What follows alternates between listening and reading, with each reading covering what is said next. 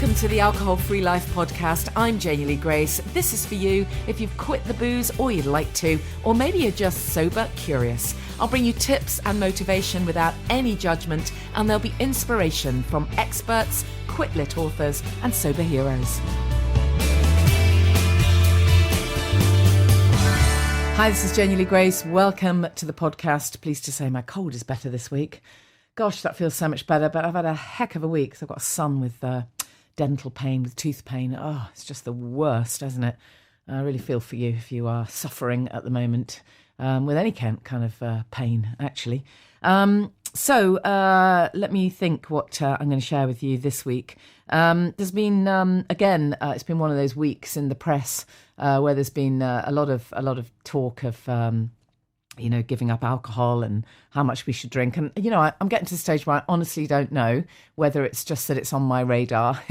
Whenever something comes on your radar, they call it the reticular activator, don't they? You notice it. If you decide you want a certain shade of car, I don't know, some kind of iridescent purple car that you think you've dreamt up, then you'll see nothing but iridescent purple cars for the next few weeks. And so, once something's on your radar, once it's on your mind, you see it everywhere. So I genuinely don't know whether it's just that this is obviously on my radar or whether generally there is so much more in the press than there was previously about ditching the booze. I actually don't know. On that note, Sober Dave, who, as you know, I'm going to be part of Sober Dave's event. We'll mention that later. But he was featured in the Telegraph. That was a really nice bit of press talking about Dave's struggle with alcohol and his wife Em, and it was a really interesting piece. Great to get that in the Telegraph. I mean, I really think these articles are hugely helpful. There'll be somebody who reads that who who just thought, wow, that's me, and if this can work for Dave, it can work for me as well. So I'm a really big believer that all of this press is good. There was one interesting piece, I don't have it in front of me, but I think it was in Female, and it was a whole bunch of women in there who had reduced their drinking. Some had given up, some had reduced their drinking to the government guidelines. As you know, in the UK, the government guidelines have changed. It used to be 21 units, they used to say. They now say, I think, or was it 21 units for men and less for women? I forget. But anyway, they now say it's 14 units a week for everyone, is the government's guidelines.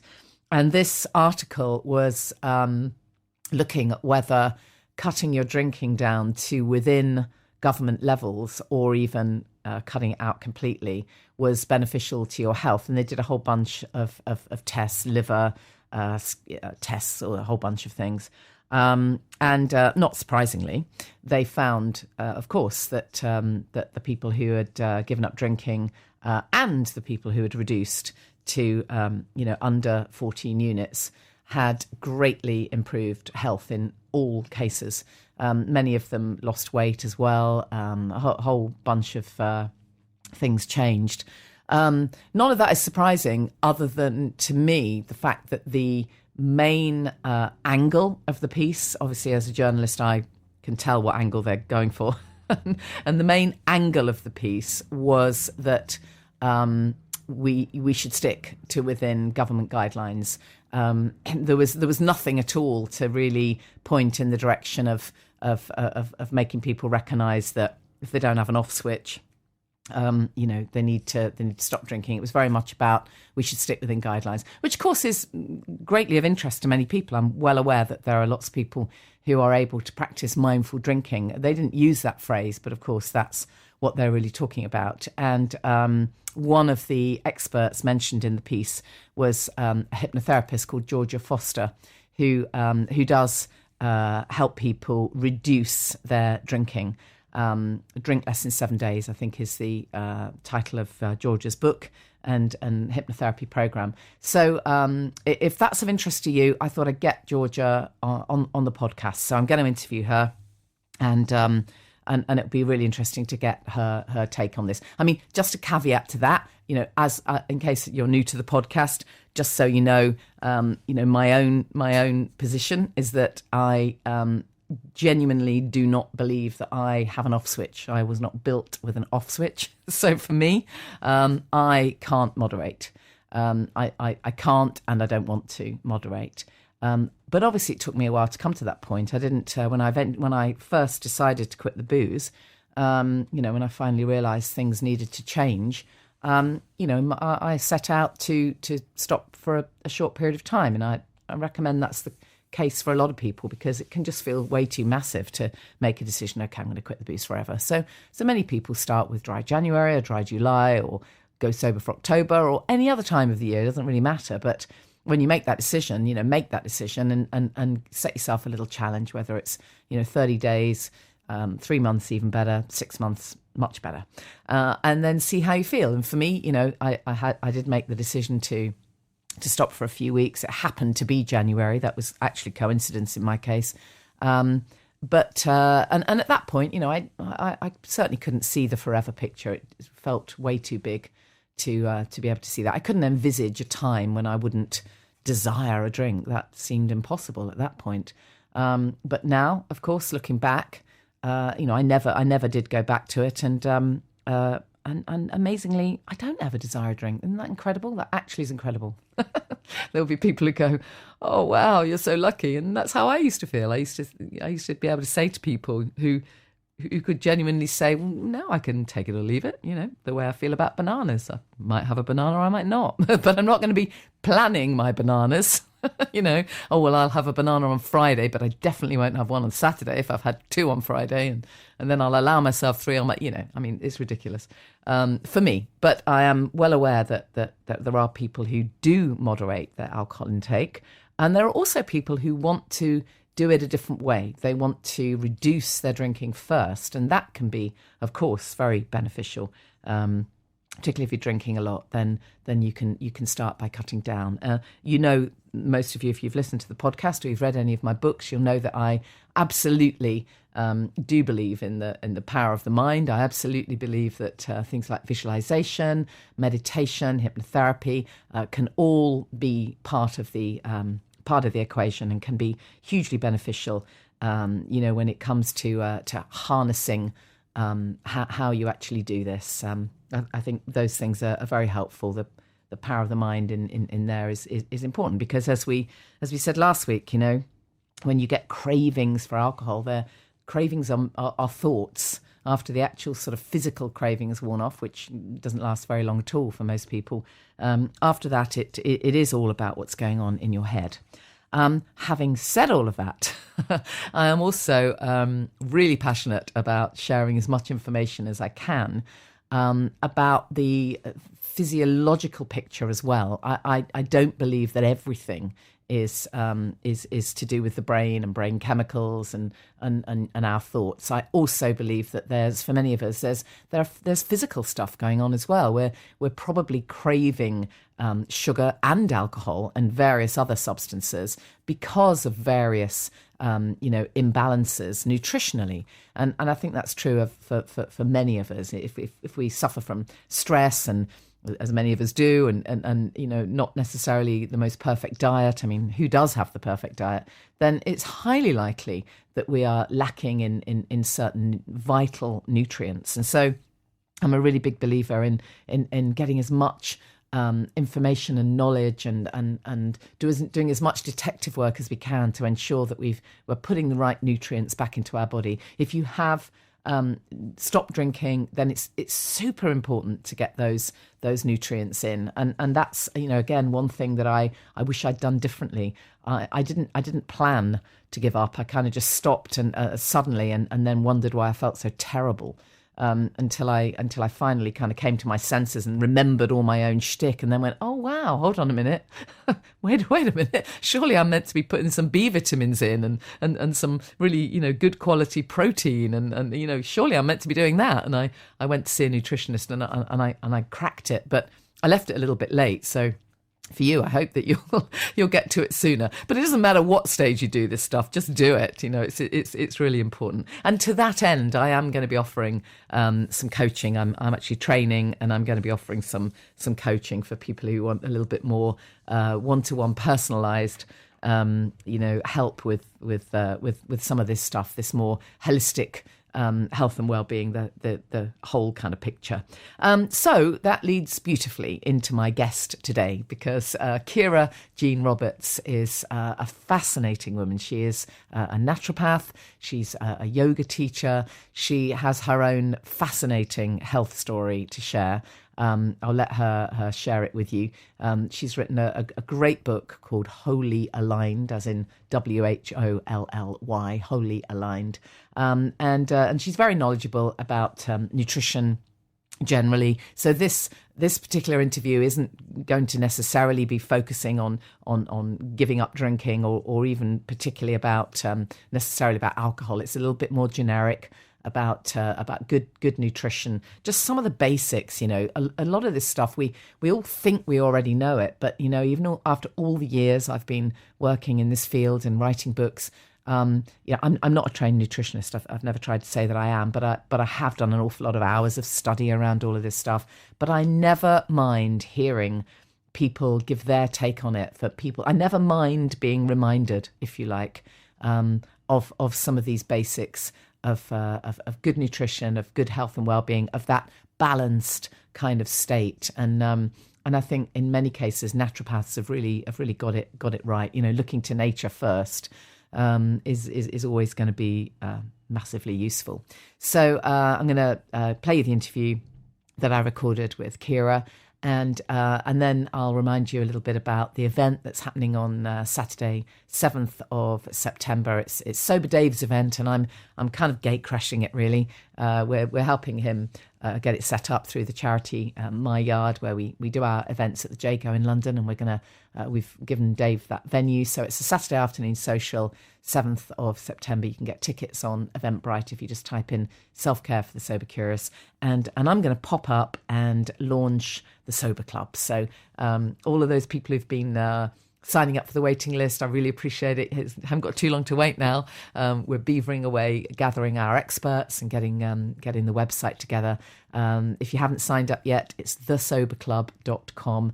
I must warn you, it's not a proper website, so you actually have to pause a second. I know we're not used to pausing for anything, are we? But when you type in thesoberclub.com, initially it goes, oh, I can't find it. But then it kind of reverts to a landing page, just a temporary landing page where you give us your address, and then we'll send you a PDF of tips, and then you'll be on the waiting list. And the idea is that the people that are on the waiting list are in the frame to be offered the first bunch of exclusive memberships. It will be a limited number, and those people who come in at that rate will stay at that rate, because while I get it all perfect, or at least the best I can, and it would be amazing to have people involved at the beginning who can kind of help shape it as we go along. But meanwhile, I'm jacking up some great content. So a reminder of the event with Sober Dave coming after our interview. Meanwhile, enjoy Ciara Jean Roberts. I'm so pleased that my guest is Ciara Jean Roberts. And Ciara is an amazing author and nutritionist and has a fascinating story to share. Oh, and yoga teacher, of course, as well. Ciara, just give us a little bit about your background for anyone who isn't aware of your amazing work yet. Sure. A whistle-stop background would be a previous career in private banking. So I know what it is to live and breathe the corporate life. I stepped away from that about 7 years ago to set up my own business, Wholly Aligned, which is really using the tools of yoga and nutrition and self-inquiry to help people in their healing journey. And I've been through the lived experience with my own kidneys, which my book talks a lot about. And that's where I am, really. Just tell us a little bit about your illness then, because it's it's quite a story, isn't it? And your recovery and what you do now, it's really quite incredible, actually. Yes, it's been a big part of my life in terms of the kidney issues since I was 4. So that has kind of led me through various pathways, from teenage kidney failure to teenage dialysis to, so I kind of did all of my major education whilst having the backdrop of dialysis treatment. And I did have, I think one of the things I'm hugely grateful for is, one, a very open-minded and naturopathically minded doctor in South Africa when I was a child, and a kind of mother who was very interested in natural health, and those two things have really, really helped me a lot. I did get the gift of a cadaveric kidney transplant, so from a deceased donor, when I was 21. I had a really great journey with that. I've certainly learned a lot through this in terms of the immune system's very complex. People respond to organ transplantation in very different ways. But I had a good journey, nearly 20 years with that kidney.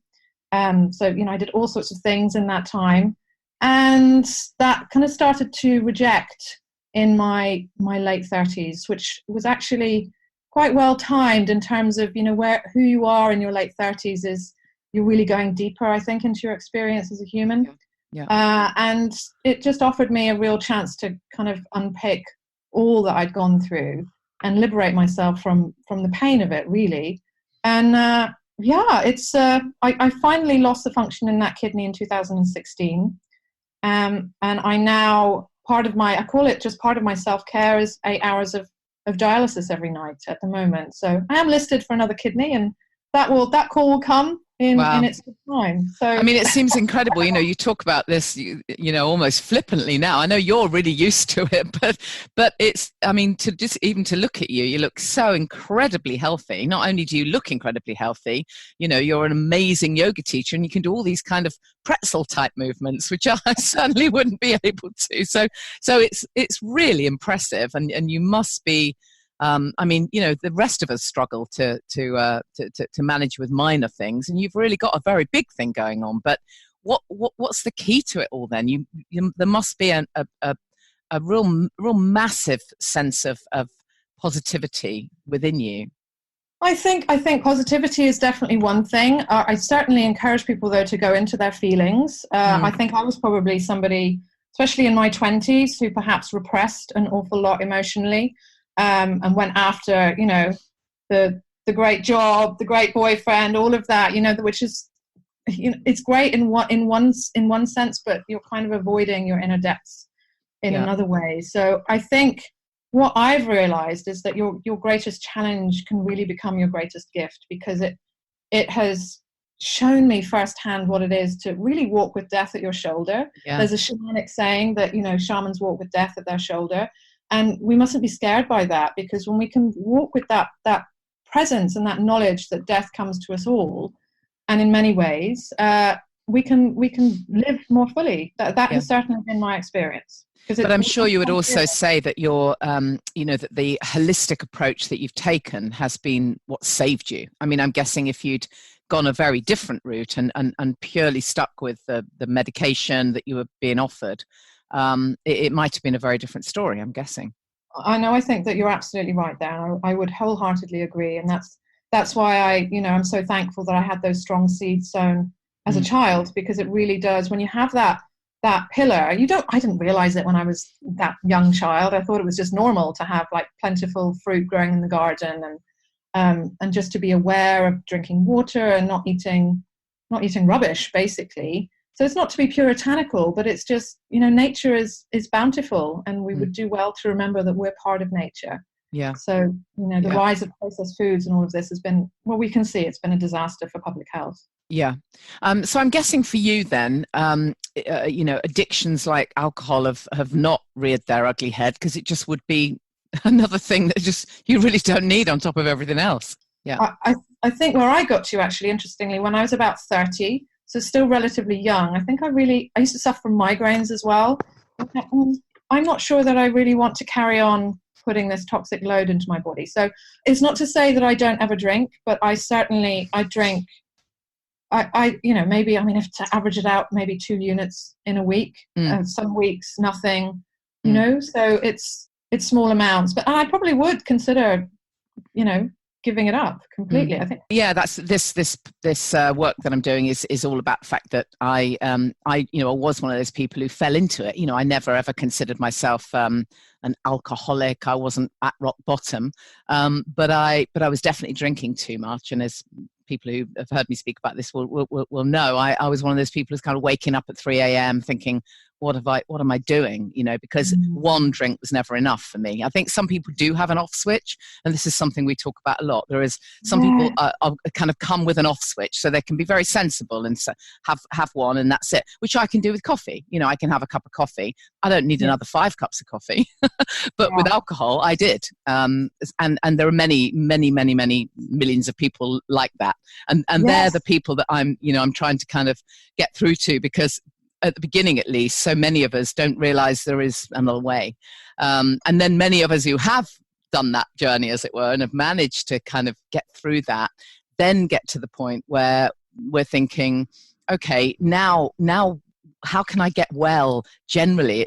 It's amazing how many people, when they've ditched the booze, start to look for the very first time at their holistic health and well-being, which is where you come in. And I'd love to hear, some of your tips really for, particularly when people are at the stage where they're kind of detoxing, where they're just starting to think about, okay, how can I live a bit differently? They haven't had your background of that kind of naturopathic approach.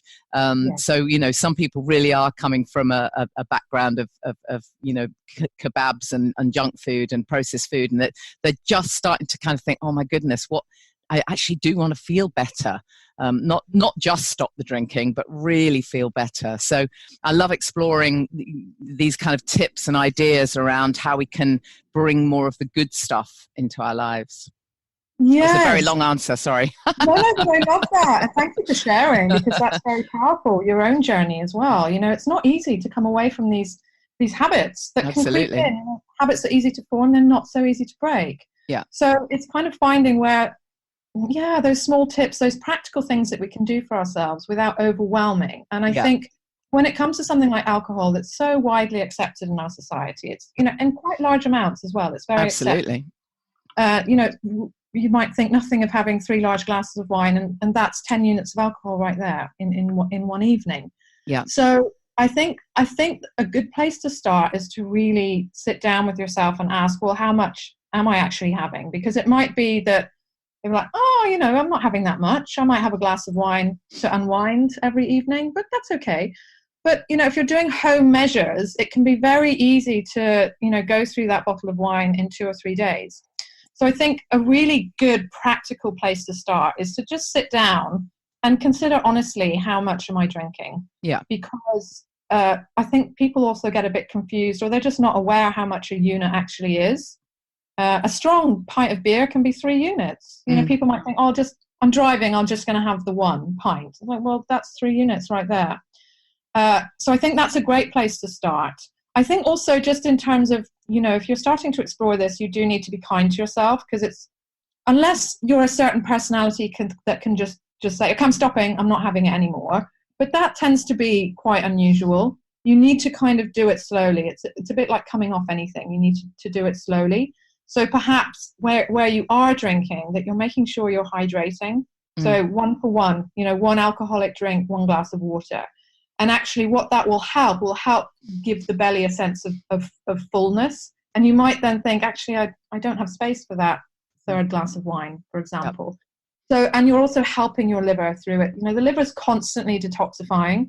So you need to help it in that process. And interestingly, I didn't actually know this until I looked it up, but the 1 unit measurement came in the late 80s, which is basically how long a human takes to metabolize that amount of alcohol in an hour. Yes. So you can imagine if you're going, so that's like even a 125 ml, so the European small glasses of wine is a little bit over 1 unit. Even that, you need an hour for your body to metabolize. Otherwise, it's going to start to build up into a toxic load. Well, which is why some people, if you try and drive in the morning, you can find you're over the limit. If you've had an awful lot the night before and not gone to bed till 2 a.m., by 6 or 7, you can still be hungover. It's really worrying, isn't it?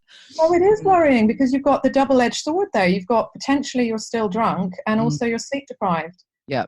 So those are not good states to be driving in.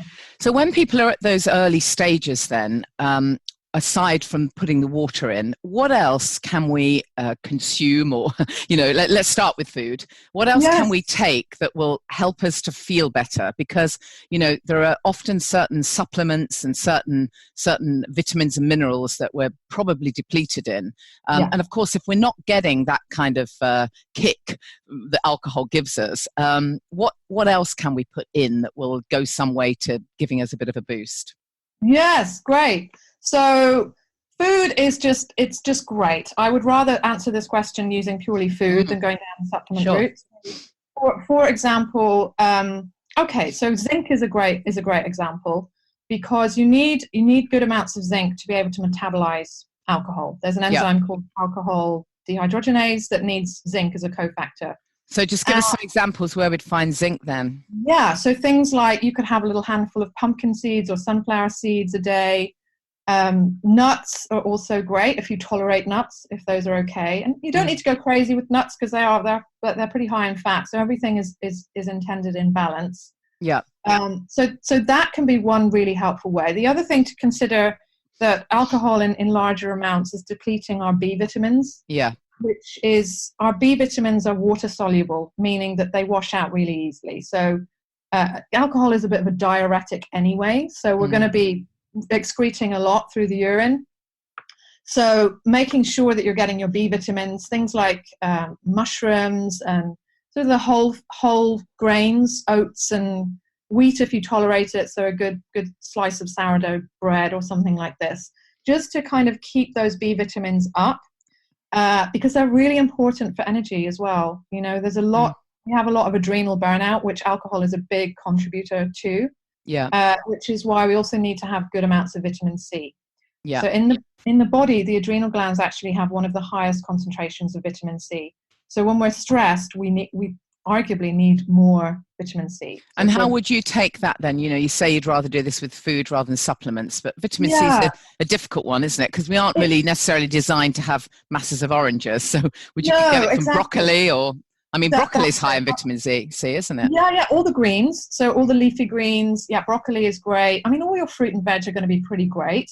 The ones that are particularly high in vitamin C are strawberries and kiwi fruits, actually, surprisingly. Yeah. Alongside the citrus. I know not everybody tolerates citrus very well. So you have other little options there. And just, managing your stress levels is also an important one, because stress actually also depletes your B vitamins and your vitamin C because of the way the Krebs cycle works. So absolutely, that's just, I think it's just helpful for people to see a bigger picture, that it's like, oh, okay, now I can maybe make some of these little adjustments. Yeah, absolutely. And what about the sugar then? Because again, this is something we talk about a lot, the fact that so often when you give up alcohol, you get an absolute raging sugar head on and start craving the sugar. And personally, I think it's very difficult to deal with more than one thing at once. So yes. I think it's very difficult to just say, okay, immediately give up all sugar as well. But what would you recommend as healthier versions of getting that sweetness in? To get that sweet hit. So there are a few things. You can work with things like spices such as cinnamon, which have that natural sweetness. Oh, yeah, great idea. Yeah. And actually what can be quite lovely is, maybe soaked oats, for example, and a little bit of either dried raisins or chopped dates with some cinnamon over that. You could also put some of your seeds in there, so you're getting a nice zinc input as well. And that can be very nourishing. Oats are very calming to the nervous system as well. So that's a nice way. Dates are really, they're super sweet. If you think of where they grow in hot climates in the Middle East, they're meant for people who have probably sweated a load and they need that electrolyte hit. So, not to say eat a whole packet of dates. But if you put one in the freezer, actually, they're great when you get them out of the freezer. That's a great idea. Yeah, they're like little chocolates, like really luxury chocolates. Yeah, well, there you go. That's awesome. Yeah, so maybe like 2 or 3 frozen dates. Yeah, I like that. And they're mineral rich as well. So they're going to give you magnesium too, which can get washed out as well with alcohol and stress. Magnesium is very important for the nervous system. So alcohol is a kind of a nerve agitator. So we need to have, and actually that would be another thing. It's not necessarily through food, but you can take salt baths. So Epsom salts baths. Yeah. which is just going to replenish your tissue levels of magnesium. You know, it might take a little while to build them back up. So and sugar actually also can deplete our magnesium status. So it's kind of just being, but like you say, I totally agree not to overwhelm yourself, to kind of wake up one day, I'm giving up alcohol and sugar. Yeah, exactly. Tell us a little bit about your book and what you're trying to do with Wholly Aligned, with the book. Well, it really is. It's kind of like that wholly align your life. You know, where are you in alignment and where are you not? And it's okay to ask those questions of yourself as well.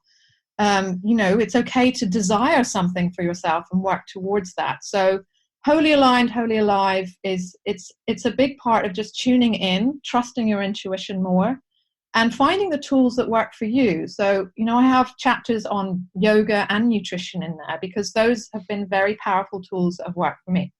I think we can probably all agree that nutrition is, you know, it's a great resource for everyone.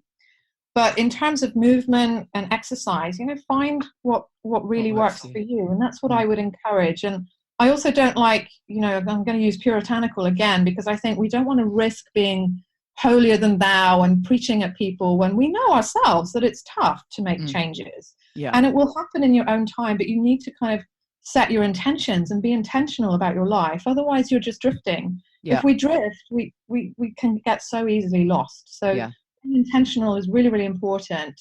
One of my other big messages is, you know, having grown up in the NHS, I've been a patient for over 30 years. I have a real insight into, certainly in renal medicine, which is very medicalized. And I think nephrology is an area of medicine that really could benefit hugely from nutrition and yoga. You know, it really, really could. Kidney patients would thrive on it. And I know that because I've started to work with kidney patients privately. Great. So I would love to get this. You know, I keep planting seeds, but I can only press on open doors. So, you know, that's and in line with that, one chapter in my book is devoted to the value of the therapeutic rapport.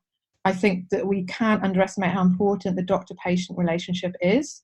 And both sides remembering that they're human and that both sides are allowed to show their vulnerability, especially with this reverence of medics we have in our society. It has not worked out because it puts them in a place that they start to behave like they're superhuman, where of course they're not. And that's why we have so much physician burnout as well. So, and also, I mean, I've spoken to a lot of people who have had cancer and have been rocking up to goodness knows how many treatments, and there really is this sense that they have become a number. They're no longer a person. I mean, how awful is that? You're just really a number on a list. It's really sad, and that is the dehumanization right there. And I think, you know, anyone who likes the work of Brené Brown, and if you haven't, just listen to what she says. She's just amazing around can we please bring back humanity? Yes. Humanity in the workplace, humanity in all our encounters. You know, when we're going into a coffee shop and ordering a coffee, that we just, you know, hi, human. Yeah. It's so much more enjoyable for both sides as well. Absolutely. Just give us your website then, Ciara, and tell us how people can work with you. Sure. So it's Wholly Aligned, WHOLLY, aligned, as in the alignment of you, mind, body, and spirit, whollyaligned.com. And I do have a preview of my book up there. So, you know, if some of what I'm saying resonates and you'd like to find out more, you can go and read, you know, the first 50 pages or so. I'm also open, you know, you can contact me through there. There's a contact page. Pop me a note, pop me an email. Always happy to take questions.